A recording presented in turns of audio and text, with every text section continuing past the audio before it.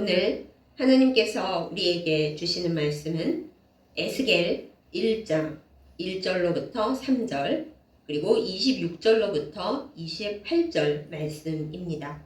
제가 가진 성경으로 구약성경 1151페이지에 있습니다. 구약성경 에스겔 1장 1절로 3절 26절로 28절 말씀 제가 받들어 읽겠습니다.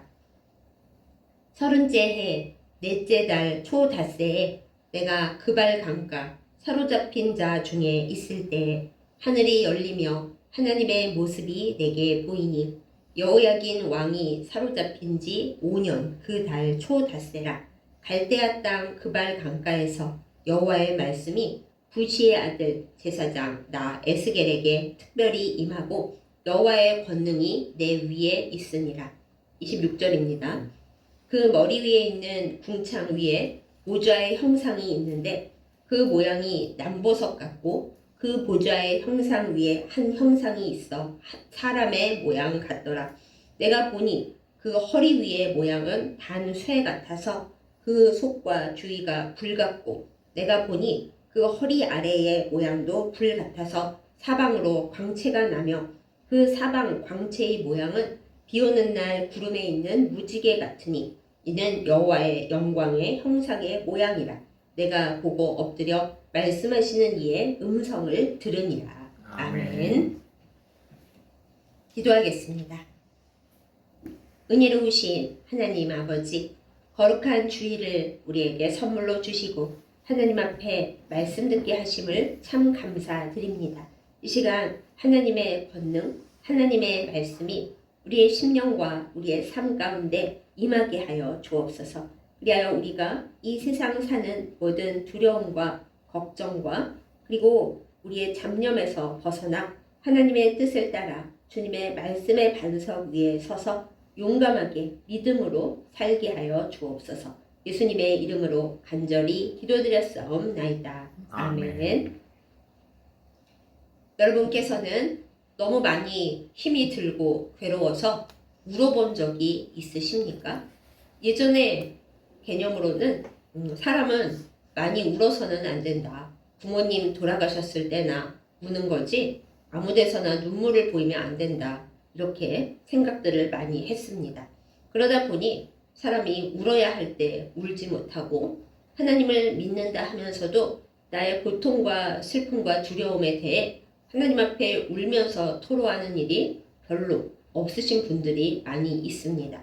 그러나 사람이 살다 보면 정말 울지 않고는 견딜 수 없는 그런 순간을 만날 때가 있죠. 그래서 우리가 시편 137편 1절 말씀을 보면 정말 포로로 바벨론에 잡혀간 유다 사람들이 얼마나 큰 고통과 슬픔에 잠겨 있었나 하는 것을 느낄 수가 있습니다. 그 말씀은 다음과 같습니다. 우리가 바벨론 여러 강변 거기 앉아서 울었더라 라는 것입니다. 그냥 운 게 아닙니다. 제가 중간에 말씀을 일부러 뺐는데 시온을 기억하며 울었더라 라고 했습니다. 그냥 슬퍼서 운 것만이 아니라 그 옛날 하나님께서 우리와 함께 하셨던 그 영광스럽고 찬란했던 행복했던 시간의 증거인 시온을 그들의 고향을 생각하면서 울었다라는 것입니다. 우리도 마찬가지입니다. 하나님을 알고 주 예수 그리스도를 영접하여 믿었습니다. 그래서 그 믿음으로 하나님과 함께하는 시간을 참 행복하게 기뻐하며 감사하며 보냈던 순간들이 있습니다. 분명히 있습니다. 그러나 어느 순간 내가 죄를 지었는지 혹은 믿음의 훈련인지 알 수 없는 상태로 뭔가 내 일이 잘 풀리지 않고 생각하지 않았던 어려운 일들이 닥치고 때로는 몸이 아프고 뭔가 믿음의 시련이 생길 때 우리는 눈물을 흘리게 됩니다. 하나님과 좋았던 시절이 분명히 있었고 지금도 하나님을 믿고 사랑하지만 과연 정말 하나님이 아직 내 곁에 계신가? 나를 사랑하시는가? 혹시 내가 뭔가를 잘못해서 나에게서 떠나버리신 것은 아닐까? 그렇다면 내가 무엇을 잘못했을까? 어떻게 하면 좋을까? 이런 여러 가지 생각을 하면서 우리가 눈물을 흘릴 때가 있습니다. 어떨 땐 너무 아파서 눈물조차 나지 않고 그냥 축 늘어져 버릴 때도 있지요. 오늘 말씀의 주인공 에스겔 선지자도 그런 상황 속에서 하나님을 만났습니다. 에스겔 선지자에 대한 이야기를 우리가 먼저 조금 나눠봅니다. 에스겔이라고 하는 이름은 여호와 하나님께서 강하게 하신다, 혹은 여호와 하나님은 강하시다 라는 뜻을 가지고 있습니다. 에스겔은 제사장이었습니다. 20살 그 20대 즈음에는 예루살렘 성전에서 제사장으로 잘 섬기기 위하여 최고급의 엘리트 교육을 받았을 것입니다. 그런데 세상이 그를 가만히 내버려 두지 않았습니다. 나라가 어려웠습니다. 바벨론이 유다 왕국에 침공을 하여 사람들을 잡아가고 성전의 기물들을 빼앗아 갔습니다. 그리고 에스겔은 25살이던 주전 597년에 바벨론의 포로로 잡혀왔습니다. 그때는 아직 나라가 완전히 망한 건 아니고 미리 말씀을 드리자면 오늘 본문이 나오는 이 에스겔이 30살 되었을 때로부터도 시간이 조금 지난 후에 5, 6년 지난 후에 유다 왕국이 완전히 멸망을 했고 성전이 무너졌죠. 그래서 에스겔이 이 말씀을 받은 이 시기는 사실 성전이 완전히 무너진 거 아니고 유다 왕국이 완전히 멸망한 건 아니고 에스겔과 여러 유대 포로들만 바벨론에 살고 있던 시기였습니다. 하지만 다들 알고 있잖아요. 머지않아 우리나라는 망할 것이다. 그리고 하나님의 성전, 우리가 정말 성전이 있어서 망하지 않을 거다 생각했던 그 예루살렘을 떠받치는 성전이 곧 무너질 확률이 높다. 이렇게 절망 가운데 있던 시기였습니다. 왜 그발 강가에 에스겔이 있었을까요? 그발 강은 바벨론에 있는 강인데 맨 처음 유대 포로들이 자리를 잡은 정착촌이 거기 있었다고 합니다. 유브라데 강의 동쪽에 있는 그발 강은 거기로 문하가 지나갔대요. 그러니까 여러 배가 통과하고 교역이 일어나는 아주 중요한 장소였던 거죠. 유대인들이 왜 거기 모여 살았을까요? 거기서 포로로서 노동을 했기 때문입니다. 그렇기 때문에 그발 강가는 유대 포로들이 노동을 했던 장소이고 포로들이 모여 사는 마을이었고, 또 한편으로는 아까 우리가 얘기한 시편 137편 1절에 나오는 바벨론 여러 강가 중에 최초로 유대인들이 앉아서 시온을 기억하며 울었던 바로 그 강가였습니다. 에스겔은 이 말씀을 받을 당시 30살이었습니다. 30살은 정말 한창 나이잖아요. 예정대로였다면 에스겔이 예루살렘 성전에서 제사장으로서 정말 활발하게 활동을 하고 여호와 하나님을 섬겼어야 할 시기입니다. 그런데 슬프게도 나라가 망해가다 보니 제사장은커녕 바벨론의 포로로 끌려와서 포로 정착존에 있어서 그발 강가에서 울고 기도하고 있던 그 시대입니다.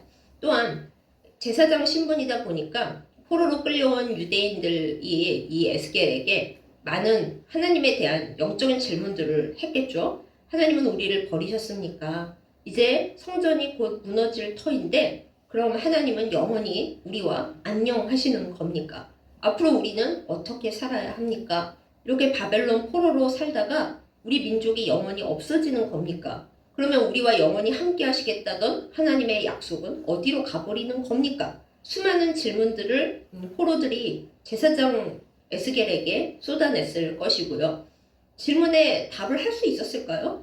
제가 에스겔이면 답하기가 너무 어려웠을 것 같습니다. 게다가 본인도 얼마나 답답했겠어요. 하나님, 백성들이 저에게 이렇게 저렇게 질문을 하는데 대답은커녕 저도 모르겠습니다. 하나님, 정말 우리를 안 버리셨나요? 우리는 이대로 끝인가요? 성전이 무너지고 나면 하나님은 우리를 떠나시나요? 이렇게 이런저런 복잡한 생각을 하면서 에스겔이 틈이 나면 그발 강가에 나와서 울면서 하나님께 질문하기도 하고 또 괴로워하기도 했을 것이고, 그리고 슬퍼서 가만히 앉아 있었을 수도 있겠죠. 그런데 그러던 어느 날, 그가 30살이던 때에 어느 날 그발 강가에 하나님께서 나타나셨습니다. 오늘 에스겔의 그 처음 말씀이 그렇잖아요. 어느 날 그 30째 해, 그게 에스겔의 나이거든요. 에스겔 나이 30살일 때에 하나님께서 그발 강가에서 나에게 모습을 나타내셨다. 이렇게 에스겔이 시작되고 있는 겁니다. 어떤 모습으로 나타나셨는지 우리가 말씀을 통해서 살펴보도록 하겠습니다. 에스겔 1장을 우리가 그냥 글씨로만 읽으면 굉장히 헷갈리는데 이걸 영화다라고 생각을 하시고 이미지를 생각을 하면서 보면 굉장히 놀랍고 멋있는 그림이 됩니다. 하나 기억할 것은 그발 강가는 절망의 장소였고 눈물의 장소였고 뭔가 기대할 수가 없는 장소였지만 이 절망의 자리에서 하나님께서는 에스겔에게 전혀 다른 차원을 보여주셨다는 것입니다. 눈으로 볼 수 있고 귀로도 들을 수 있는 그 아름다운 모습을 보여주시면서 절망의 그발 강가만 바라보지 말고 하나님을 바라보고 그 상황 속에 함께 계시는, 그러나 믿음으로 보지 않으면 볼 수 없고 들을 수 없는 하나님의 모습을 바라보라고 에스겔에게 이렇게 말씀을 주시고 나타나 보이셨습니다. 자, 그럼 어떤 모습으로 하나님이 나타나셨는지 우리가 한번 따라가 보도록 하겠습니다. 우리가 마치 에스겔인 양, 지금 우리가 만약 절망의 그발 강가에서 눈물을 흘리고 땅을 바라보고 있다면은, 강물을 바라보고 있다면은 그 강물 보지 말고 하나님의 모습을 바라보는 마음으로 우리가 에스겔이 본 것을 한번 따라가 보도록 하겠습니다. 먼저 4절 말씀에 보면 북방에서부터 폭풍우와 큰 바람이 왔다고 했습니다. 폭풍우와 큰 바람과 구름, 이게 무엇일까? 우리가 흔히 예수님께서 구름 타고 오신다라는 말씀을 신약에서 많이 보잖아요. 구약 시대로부터 큰 구름이 일어난다라는 것은 하나님께서 거기에 같이 오신다라는 것을 의미했습니다. 제사장 교육을 받은 에스겔이 잘 알고 있었어요. 그런데 여러분, 우리가 여기서 생각해 봐야 할 것이 있습니다. 지금 에스겔이 있는 곳은 유다 땅이 아닙니다. 예루살렘 성전이 아닙니다. 그리고 모세가 이스라엘 백성을 이끌던 광야도 아니잖아요. 지금 포로된 땅, 적국 강가에 앉아 있는데 북방에서부터 폭풍과 큰 구름이 왔다. 아니, 하나님이 적국에도 찾아오시나? 우리 생각에는 그치, 하나님은 온 세계를 통치하시는데 당연히 오실 수 있지 않나? 이렇게 생각하지만 구약 시대에는 그런 생각이 없었답니다. 구약 시대의 사람들은, 그 고대 근동의 사람들은 유다 사람들이건 딴 지방 사람들이건 다 자기들이 섬기는 신은 자기들의 땅만 지켜준다, 이렇게 생각을 했더랬어요. 그래서 바벨론 땅에 와서는 모든 유다 사람들이 하나님은 우리 곁에 이제는 없으셔, 이렇게 생각하고 있었답니다. 그런데 하나님은 그렇지 않으셨던 거죠. 멀리 떨어져 있는, 원래 유다 땅에서 수백 킬로미터 떨어져 있는 바벨론 땅에 멀리 북쪽에서부터 하나님이 찾아오신 겁니다. 큰 폭풍우와 큰 구름을 타고요.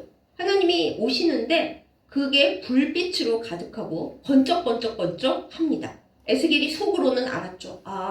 하나님께서 우리를 찾아오시는구나. 왜? 여기 바벨론인데 하나님은 유다 땅 예루살렘 성전에만 계시는 하나님이 아니셨나? 솔로몬 왕이 분명히 기도할 때 여기에만 계시는 하나님이 아니시라고 기도했지만 다 까먹고 있었던 거죠. 하나님은 우리를 떠나셨어, 우리를 버리셨어 하고 있는 와중에 멀리에서부터 하나님께서 그야말로 구름 타고 이 포로된 땅 그발 강가에까지 찾아오시는 겁니다. 여기서 하나님은 이방 여러 우상들과 다르시다라는 게 확실히 나타납니다.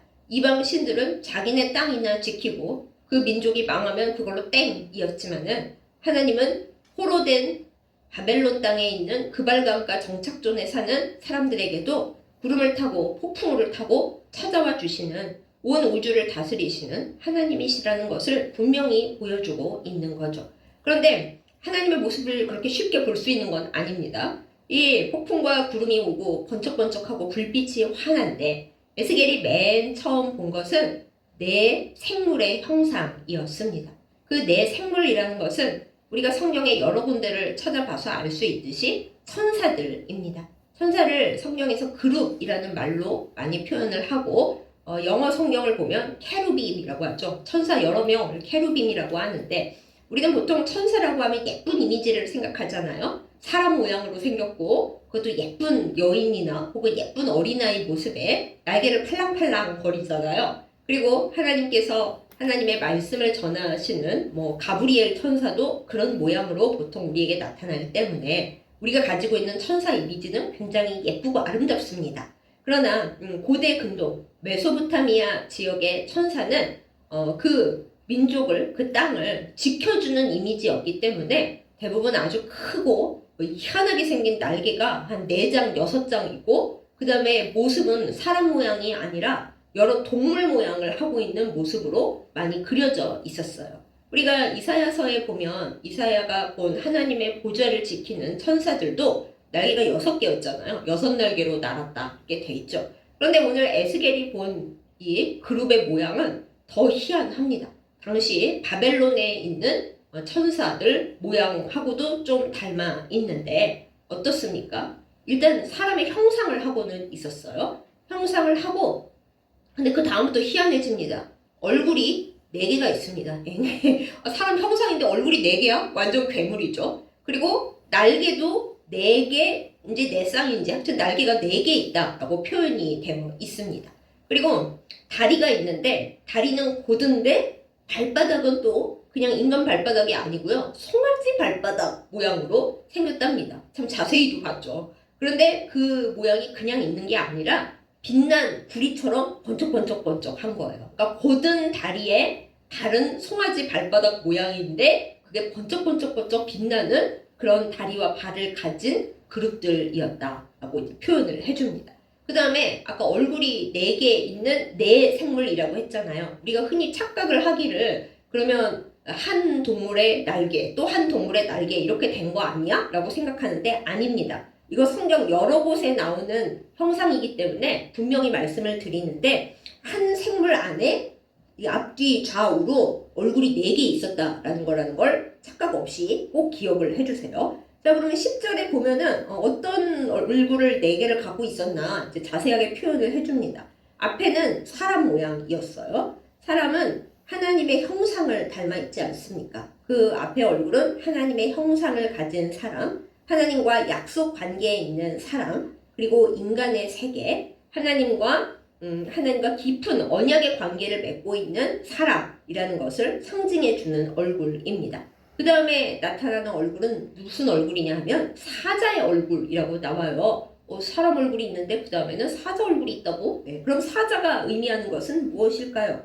사자는 권력과 힘과 용맹함을 상징합니다. 동물의 왕 중에 왕이잖아요. 그러니까 하나님께서 사람 세계만 다스리실 뿐만 아니라 모든 강한 동물들의 세계를 다스리시는 왕 중의 왕이시라는 것을 드러내기도 하고 하나님께서 사자처럼 잘못하고 있는 이 세계를 심판하시는 하나님이시다라는 것을 보여주기도 합니다. 지금 심판하시는 대상은 어디일까요? 만약 자기들이 제일 잘났다고 교만하게 까불고 있는 제국 바벨론입니다. 바벨론 제국이 아무리 센 척 할지라도 하나님의 심판, 사자와도 같으신 왕 중의 왕이신 하나님의 왕권과 권위 앞에서는 사실 바벨론 제국도 하나님의 손 아귀에 있다라는 것을 보여주는 사자의 얼굴을 가지고 있었던 것입니다. 또 다른 얼굴은 무엇이냐? 소의 얼굴을 가지고 있었어요. 사자하고 소는 너무 안 맞지 않나 생각되는데 이 소의 얼굴이 여러분 참 중요합니다. 소하면 뭐가 생각나십니까? 힘과 그리고 섬김이 생각이 나시죠? 지금 이스라엘 백성, 유다 백성이 어디에 와 있습니까? 바벨론에 포로로 끌려와 있습니다. 그 옛날 애굽에서 그랬던 것처럼 자신들이 소처럼 노동하면서 힘들게 고난의 현장을 살아가고 있는 것이죠. 섬김과 그 섬김이 즐거워서 하는 섬김이 아니라 죽지 못해서 하는 눈물과 피의 섬김이잖아요. 그런데 하나님께서는 그들의 고난을 지금 멀리하고 딴 데 보고 계신 분이 아니시라는 것을 이 소의 얼굴을 통해 알려주십니다. 하나님은 유다 포로들의 고난과 힘겨움의 현장 가운데 함께 계시는 고난의 현장을 다스려 주시는 하나님으로 나타나십니다. 또한 그 백성을 강한 힘으로 지켜주시고 보호해 주시고 그리고 인내하게 하시고 그 그 인내와 섬김의 열매를 결국 먹게 해주시는 하나님이시라는 것을 이 소의 얼굴이 보여주고 있는 것이죠.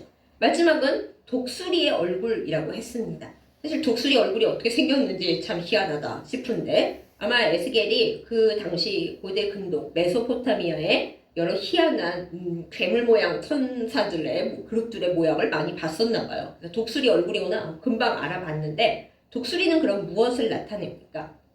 이 땅의 권세가 아닌 하늘. 새는 하늘을 날아다니잖아요. 독수리는 하늘 새의 왕 중에 왕이잖아요. 하나님께서 온 하늘을 초월하여 다스리실 뿐만 아니라 독수리는 3m짜리 날개를 쫙 펼치고 휙 날아가지 않습니까? 누구보다도 신속하게 빠르게 온 세상을 보고 계시고 세상 우주 전체를 다스리시는 하나님이시다라는 것을 이 희한하게 생긴 4개의 얼굴을 가진 그룹의 모양 얼굴을 통해서 에스겔에게 또한 우리들에게 보여주신 것입니다. 확실한 것은 이 그룹들은 하나님의 부하이고 하나님의 명을 받들어 섬기는 하나님의 신하들이지 곧 하나님이시라는 것은 아니에요. 착각을 하면 안 됩니다. 그냥 하나님이 이러저러한 일을 해주시는 분이다. 이런저런 것을 통하여 우리를 다스리시고 그 모든 권세들을 다스리시는 하나님이시다 라는 거를 이 그룹들의 얼굴을 통해 보여주시는 겁니다. 그렇게 4개의 얼굴을 가지고 4개의 날개를 가진 네 생물들이 4마리 있었어요. 그러니까 4마리 생물이 있었다. 4천사가 있었다. 여기서 느껴지시는 거 뭐 없으세요? 죄다 4이에요. 얼굴도 4, 그 다음에 다리도 4, 날개도 4마리. 왜 4라는 숫자가 계속 반복이 되고 있는 것일까? 이유가 있습니다. 우리가 4방위를 하죠. 동서남북. 그리고 4라고 하는 숫자는 고대 이스라엘에서 완전함 그리고 우주 전체를 뜻했다고 해요. 하나님께서 완전하게 안 보는 거 없이 그리고 하나님께서 다스리시지 않는 영역 없이 모든 우주를 다 다스리고 계시고 하나님의 발 아래 두고 계시다라는 것을 이 4생물의 4개의 날개와 4개의 얼굴로 다 보여주고 계신다라는 것입니다.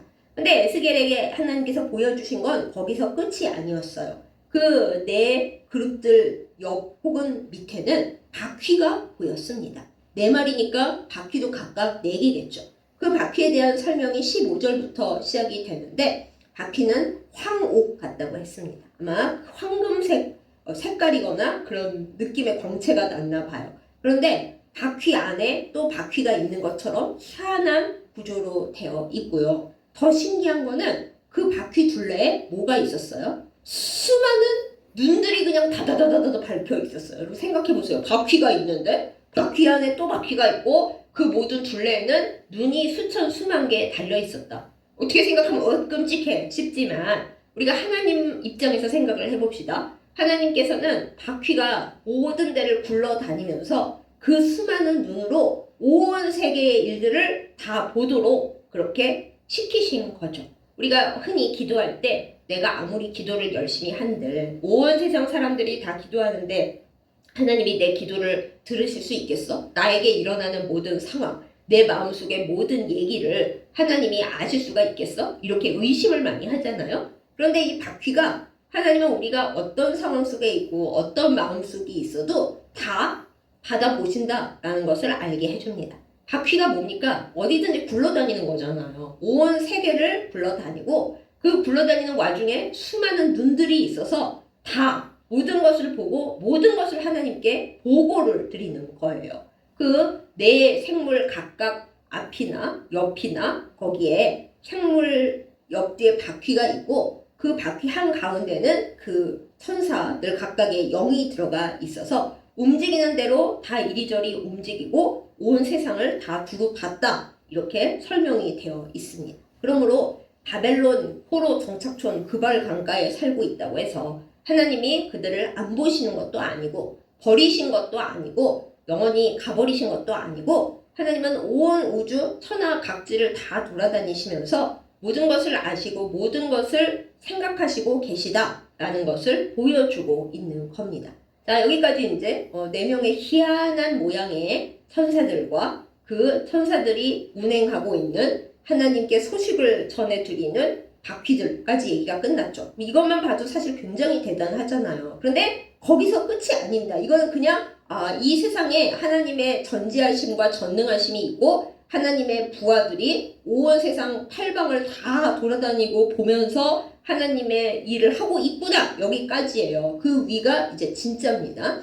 또 에스겔이 보니까 그 천사들의 머리 위로, 네 생물의 머리 위로 두려운 수정 같은 궁창이 펼쳐져 있었다라고 합니다.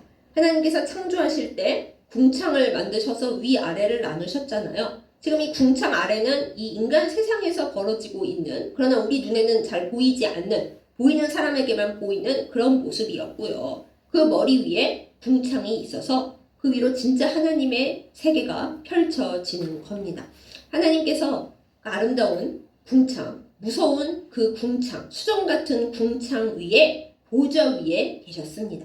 에스겔이 표현한 보좌의 모양은 남보석 같다고 했잖아요. 남보석 하니까 우리에게 잘 느낌이 안 오는데 사파이어입니다. 요즘은 뭐 다이아몬드가 더 한참 비싸서 다이아몬드가 더 좋은 거 아니야? 하지만 요새 다이아몬드 값어치가 떨어졌죠. 사파이어와 루비는 옛날부터 왕권을 상징했습니다. 그러니까 아주 파란 광채가 나는 보좌가 궁창 위에 딱 있고, 하나님의 보좌죠. 그 위에 신기하게 하나님이 영이신데 사람 형상처럼 보이는 형상이 계신데, 이 상반신은 꽉 달아있는 쇠처럼 단단하면서도 번쩍번쩍하고, 아래쪽은 불처럼 또 광채가 쫙 나면서 빛이 쫙 납니다. 그게 하나님의 영광의 형상이라고 하죠. 그런데 그 광채가 단순히 불, 빛, 뭐 환하고 뜨겁고 번쩍이고 그것만 있는 게 아니라 그 다음이 굉장히 중요한데요. 비 온 날 무지개와 같은 그 광채가 주변을 쫙 둘러 있는 거예요. 여러분, 무지개 하면 뭐가 생각이 나십니까? 하나님께서 홍수로 이 땅을 다 멸하시고 나서 그래도 노아 가족들과 또 노아의 방주에 탑승한 생물들은 다 살리셨죠. 그리고 방주에서 나와서 하나님 앞에 예배 드리는 노아에게 무지개를 쫙 보여주셨어요. 그리고 언약을 맺으셨죠. 내가 다시는 너희를 홍수로 멸망시키지 않을 거야. 근데 그 무지개가 사람 눈에만 보이는 게 아니고요. 이 하나님의 보좌에도 무지개가 딱 둘러져 있는 겁니다. 느끼시는 거 없으세요? 이 언약을 우리 눈에 보이게만 하셨을 뿐만 아니라 하나님은 심판하시는 중에도 불처럼 번쩍번쩍거리시고 벌을 내리시고 또 심판, 사자 같은 모양으로 심판하실 때에도 하나님의 빛나는 멋있는 보좌는 무지개로 둘러있다라는 것이에요. 하나님은 하나님의 백성과 맺으신 약속을 잊고 계시지 않고 하나님 보좌를 둘러서 다 기억하고 계시다라는 것입니다.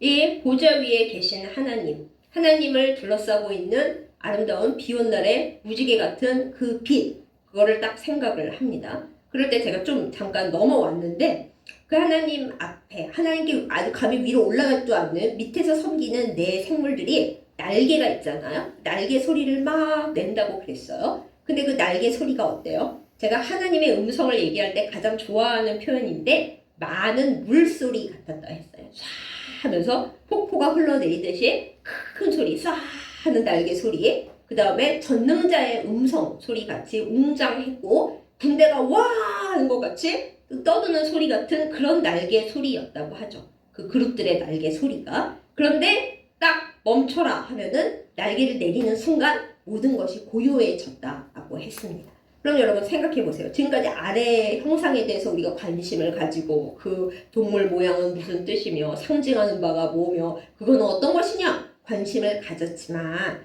사실 제일 중요한 거는 그 궁창 위에 높이 들려 계신 사파이어 같은 그리고 무지개빛 광채가 두르고 있는 하나님의 보좌와 그 위에 계신 불꽃과도 같으신 하나님, 그것이 사실은 우리가 제일 중요하게 여겨야 할, 우리가 바라봐야 할 그 분이다라는 것입니다. 이 모양을 보았을 때 에스겔이 바로 엎드려서 하나님의 음성을 들었다라고 오늘 마지막 절 말씀에 이렇게 적혀 있습니다. 여러분 생각해 보세요. 그발 강가는 정말 참혹하고 비참한 현실입니다. 이제 몇 년 내로 나라가 망하고 성전이 무너지면 우리는 하나님을 어디 가서 찾을까? 우리 영원히 하나님을 잃어버리고 끝장난 거 아니야? 절망입니다. 백성들이 울면서 물어볼 때 제사장이었던 에스겔 할 말이 없었습니다. 제사장도 성전이 있어야 제사장이지. 성전이 없는데 뭐 에스겔이야말로 이미 실업자입니다. 10대, 20대를 다 투자해서 배운 모든 교육, 그 신앙 이제 정말 쓸모가 없는 거예요. 그냥 포로예요. 그런데 어떻게 하면 좋을까? 그발 강가에서 시온을 기억하며 울고 있을 때 하나님께서 전혀 다른 차원을 보여주신 겁니다. 얘야 울지 마. 너 지금 그발 강가 그 현실의 절망 때문에 그것만 보고 울고 있니? 눈을 들어서 하늘을 봐봐. 내가 너희 웬만한 사람들 눈에는 보이지 않지만 믿음으로 하늘을 보는 자에게 보이는 진짜 현실을 알려줄게 하고 영적인 세계를 하나님께서 에스겔에게 짠 하고 보여주신 겁니다. 여러분 이게 뭔가 정신이 이상해져서 혹시 너무 슬퍼서 그냥 헛것 본 거예요? 그럴 리가 없잖아요. 만약에 그랬다면 에스겔이 그 말씀 앞에 엎드러 졌겠습니까? 그 전에 에스겔은 막막하고 슬펐고 답답했고 어떻게 할 바를 몰랐으나 이 하나님을 만난 이후에 에스겔은 제사장은 이제 할 수 없어도 선지자가 되어서 포로 생활하러 끌려와 있는 백성들에게 우리가 왜 심판을 받았는지 하나님의 심판의 이유에 대해서 쫙 얘기를 해주고요. 뒤쪽에 가서는 그렇지만 하나님은 우리를 절대 잊어버리지 않으셨고 지금 여기에 우리와 함께 계시고 우리의 모든 슬픔과 기도를 다 눈여겨보고 계시고 바퀴를 온 세계에 굴리시면서 그 수많은 눈으로 다 보고 계시고 마지막에는 우리에게 가장 좋은 것을 주실 거야. 뭐 아름다운 성전 회복의 모습으로 에스겔서가 끝나잖아요. 그렇게 위로를 전했습니다. 나라가 망했기 때문에 뭐 이사야나 예레미야처럼 정치적인 입장을 얘기한 적도 없어요. 포로 생활하는 중이니까요. 그렇게 할 수 있었던 그 힘이 무엇일까요? 에스겔이 헛것을 본 것이 아니라 진짜로 하나님을 만나고 특히 하나님의 그 영광과 우리가 어떤 현실에 처해 있든지 함께 계시는 결코 비참하지 않으시고 가장 아름답게 빛나시면서 우리와 한 약속을 잊어버리지 않고 계시는 그 하나님을 제대로 만났기 때문에 에스겔이 지금의 에스겔로 앞으로의 에스겔로 바뀔 수가 있었던 것입니다. 여러분 제가 이걸 시각화, 청각화 하느라 설명을 길게 했습니다만 우리가 진짜 기억해야 할 것은 이것이 아니라 물론 기억해서 이상한 이단이 헛소리할 때 빠지지 않고 그 의미는 각각 이런 거야 하고 설명하고 알 수 있으면 더욱 좋지만 정말 기억해야 할 것은 우리가 무엇을 보아야 하는가입니다. 때때로 우리는 그발 강가에 서 있습니다. 어쩌면 지금도 서 계신지 모르겠어요. 저도 이 말씀을 전하는 저도 때때로 그발 강가에 앉아서 물을 내려다보며 슬픔에 빠질 때가 있습니다. 두려움에 빠질 때가 있습니다. 걱정이 가득 찰 때가 있습니다. 그러나 그럴 때마다 하나님께서는 우리에게 말씀하십니다. 얘들아, 믿음의 눈으로 하늘을 좀 봐주면 안 되겠니? 내가 너희에게 불같은 폭풍과 큰 구름으로 다가오고 있는데 그리고 그 구름 위쪽에는 내가 너희들 형편을 잘 살피라고 부하로 보내고 있는 그룹들이 천사들이 너희들을 살피고 그리고 너희들이 잘 있는지 나의 명을 받아서 운행하고 있는데 그걸 좀 봐줄 수 없을까? 근데 그게 다가 아니고 내가 그 위에 또 사파이어 같은 보좌 위에 앉아서 불같은 반짝임으로 그러나 너희와 나 사이에 맺은 무지개 언약을 쫙 두르고서 항상 이동하시면서 그러니까 하나님이 한 곳에만 딱 되신 게 아니라 우리가 아파하고 있는 우리가 힘들어하고 있는 그 자리마다 쭉쭉쭉 영적으로 이동하시면서 다 내려다보고 계시는데 얘들아 그것 좀 봐주면 안 될까? 하고 하나님께서 우리에게 말씀하고 계시는 것입니다. 사랑하는 여러분, 우리는 대부분 믿음이 부족합니다. 보이지 않는 것들을 보려는 생각이 없고요. 하나님 제가 믿음이 부족하오니 눈에 보이게 역사하여 주시옵소서 그러죠. 그 기도도 물론 필요합니다. 하지만 하나님께서 아무리 많은 증거를 보여주셔도 결국 우리의 기쁨과 우리의 감사란 사흘을 못 갑니다. 사흘 감사했으면 그 이후로 근데 또 다음 문제는 어떻게 하면 좋죠 하나님? 저 여전히 포로 생활하고 있는데 하나님 포로 생활 언제 끝나요? 계속 이러고 있는 우리예요. 그러므로 하나님께서 에스겔 선지자의 환상이라고 저는 말하고 싶지 않고 에스겔 선지자가 하나님을 정말 다른 차원에 들어가서 만나 뵌 그 모습을 우리의 이 현실 속으로 끌어들여 왔으면 좋겠다. 그것이 하나님께서 우리에게 바라시는 일이다. 이것을 여러분께 말씀드립니다. 하나님은 우리가 땅만 바라보기를 결코 원하지 않으십니다. 하나님께서 지금 당장 보여주시는 뭐 실물 증거만 갖고 하나님이 나 사랑하시는구나 그러지 않기를 원하십니다. 우리가 지금 삶이 어려워도 또 때로는 눈에 보이는 증거가 하나도 없어도 귀에 들리는 것이 그다지 없을지라도 이미 하나님께서 약속하신 수많은 약속이 있잖아요. 무지개 언약을 비롯해서 예수 그리스도를 통해 우리를 영원히 지키시고 자녀 삼으셨다는 그 언약이 있잖아요. 성령을 우리 안에 두시면서 약속하신 그 언약들이 있잖아요. 그 약속하신 말씀 위에 서서 우리가 때로는 힘들고 감정의 파도에 무너지고 그발강가에 앉아서 눈물을 뚝뚝뚝 흘리고 앉아있는 상황에서라도 하나님 보좌를 바라보고 남의 눈에는 보이지 않지만 믿음의 눈으로 보이면 보이는 그것을 바라보며 살기를 주님은 우리에게 말씀하고 계십니다. 사랑하는 여러분, 저 포함해서 우리 모두 하나님의 이 약속과 하나님의 말씀에 응답하기를 예수님의 이름으로 축복합니다. 우리의 소망이 어디 있습니까? 우리의 소망이 이 세상에서 얻을 것밖에 없다면 우리는 참 불쌍한 사람들입니다. 그러나 우리의 소망이 어디에 있습니까? 우리의 궁극적인 목표는 어디에 있습니까? 하나님 나라에 있습니다. 사파이어 같은 보좌 위에서 불꽃 같은 형상으로 앉아 계시며 우리와 맺으신 무지개 언약을 그거를 두르고 앉아 계신 보좌 위에 계신 하나님께서 우리가 어떤 상황 속에 있든지 잘 보시며 하나님의 천사들을 다 부리시면서 얘들아 잘 봐봐. 얘들이 어떻게 하고 내 아이들이 어떻게 하고 있는지 너희들이 바퀴 타고 돌아다니면서 그 수많은 눈들로 잘 봐봐. 그리고 나한테 보고해. 보고 하나마나 하나님은 이미 다 아시지만 그렇게 우리를 지키고 돌보아 주고 계십니다. 우리가 이 아름다운 모습, 이 영적인 차원을 잊지 않기를 예수님의 이름으로 축복합니다. 물론 마귀는 우리를 그걸 보지 못하게 합니다. 자꾸만 그발강가 바라보게 하고 멀리 떠나온 시온을 생각하며 그냥 눈물만 빼게 합니다. 슬픈 곡조를 타면서 하나님이 우리를 버리셨나이까 그것만 하기를 원합니다. 마귀가 옆에서 우리를 부추깁니다. 보좌는 무슨 니네가 있는 상황이 이게 보좌냐?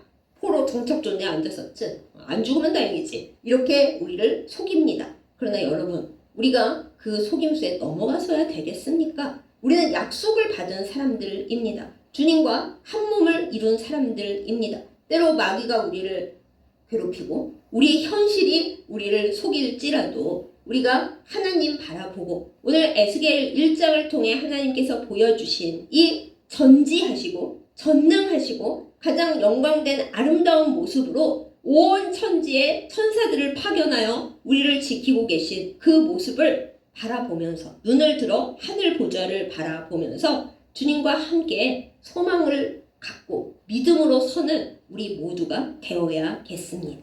그것이 바로 하나님께서 우리에게 바라시는 모습이에요. 힘이 들죠? 어렵죠? 그발 강가에 앉아 있죠? 하지만 그발 강가에 앉아서 강물만 바라보지 말고 내 손에 힘든 것만 바라보지 말고 하늘 보좌를 바라보라는 말씀입니다. 우리가 이것을 하나님 앞에 행할 수 있기를 예수님의 이름으로 축복합니다. 믿음의 은사를 구하는 우리가 되십시다. 하나님, 지금 이 눈에 아무 증거가 안 보여도 귀에 천사의 날갯소리 안 들려도 하나님은 우리와 함께 계심을 믿습니다. 말씀에 있음으로 믿습니다. 다른 차원을 바라보게 하여 주시고 이 세상의 시험에 넘어지지 않고 주님의 보좌를 바라보고 주님의 천사들이 나의 모든 상황을 주님께 아뢰고 있음을 믿고 바라보며 기도하게 하여 주옵소서. 이것이 우리의 고백이 되기를 원합니다. 그렇게 할 때 그발 강가가 절망의 강가가 아니라 무슨 말을 해야 좋을지 알 수 없는 그곳이 아니라 내가 울다가 지쳐 쓰러지는 그곳이 아니라 하나님을 깊이 있게 만나는 자리가 될 줄 믿습니다. 에스겔이 예루살렘 성전에서 제사장 했다면 편했겠지만 아마 이 하나님의 모습은 절대 만나 뵙지 못했을 것입니다. 그러나 그발 강가에서 절망하고 슬퍼하고 울고 있을 때 하나님께서 에스겔을 찾아오셔서 얘야 울고 있을 때가 아니니라. 너가 예루살렘 성전에서 제사장은 못하고 있을지라도 몇 년 후면 예루살렘 성전이 죄다 무너져서 돌 위에 돌 하나 남지 않게 될지라도 그래도 나는 너희를 떠난 게 아니고 이 바벨론의 그발 강가에 너희와 함께 있고 언젠가는 너희를 제자리에 되돌려 놓을 거야. 너는 이것을 사람들에게 전하고 믿음의 토대를 다시 만드는 일을 하여라 라고 찾아와 주셨잖아요. 우리에게도 마찬가지입니다. 하나님은 오늘도 우리를 말씀으로써 찬송으로써 찾아와 주십니다. 이 눈에 하나님의 그 다른 차원이 다 보이지 않을지라도 말씀으로써 믿고 주님 앞에 기도하면서 소망을 품고 주님을 따라가고 승리하는 우리 모두가 되기를 예수님의 이름으로 축복합니다. 아멘. 기도하겠습니다. 높은 보좌 위에 계신 사랑하는 하나님 아버지, 우리가 우리 각자의 그발 강가에 앉아서 슬퍼하고 과거를 생각하며 눈물 흘리고 있을 때 하나님께서는 그 높은 곳에 계시면서 결코 우리와 멀리 떨어져 계시지 않고 그 아름다운 생각으로 우리를 바라보시며 무지개 같은 언약을 두르시고 우리를 지키고 계심을 우리가 말씀을 통해 깨닫습니다. 이것이 그 먼 옛날 에스겔 선지자 혼자 봤던 어떤 비전이 아니라 지금 우리에게도 똑같이 적용되고 있는 하나님의 모습이라는 것을 우리가 알고 기억하고 힘을 내게 하여 주시옵소서. 하나님, 말씀 가운데 우리가 온전히 서기를 원합니다. 믿음 주시옵소서. 소망 주시옵소서. 그발 강가에 앉아 땅만 바라보지 않게 하여 주시고 강가에 눈물만 쏟아내지 않게 하여 주시고 바로 그 자리에서 하나님을 바라보고 주님 보좌를 바라보고 전지전능하신 하나님께서 그 심부름꾼들을 시키셔서 우리의 모든 일들을 아시고 또 올려가시고 그리고 들어주실 것이라는 그 상황을 바라보는 진정한 믿음 가운데 살도록 우리를 거룩하게 하시고 온전케 하여 주시옵소서. 예수님의 이름으로 간절히 기도드렸사옵나이다. 아멘. 헌금기도 드리겠습니다. 우리에게 모든 것을 주시는 전지전능하신 하나님 아버지, 하나님께서 우리에게 좋은 것을 주심을 믿고 감사하는 마음으로 이 예물 올려드립니다. 기뻐 받아 주옵시고 우리에게 하늘로부터 가장 좋은 것을 매 순간 쏟아 부어 주시옵소서. 설령 지금은 다 받지 못하고 있더라도 나를 이 세상에서 가장 사랑하시고 알뜰살뜰 돌보시는 하나님의 사랑을 우리가 믿으며 간구합니다. 주여 모든 필요를 채워 주옵시고 우리가 그것을 오직 하나님을 위하여 이웃을 위하여 잘 사용하는 복의 통로가 되도록 인도하여 주시옵소서. 예수님의 이름으로 간절히 기도드렸사옵나이다. 아멘. 이제는 우리 주 예수 그리스도의 은혜와 전지전능하신 하나님 아버지의 지극하신 사랑과 늘 우리를 도우시며 우리와 함께 계시는 성령님의 교통하심과 인도하심이 이 시간 말씀을 듣고 우리가 이 현실에 살지만 현실 가운데 함께 계시는 하나님의 영적인 차원을 바라보고 늘 하늘 보좌를 향하여 믿음과 소망을 품으며 하나님께로부터 오는 가장 좋은 것을 바라보는 믿음과 소망 가운데 살기를 결단하는 예배드린 모든 주의 백성들 위해 이제부터 영원까지 함께 하시기를 간절히 축원하옵나이다. 아멘.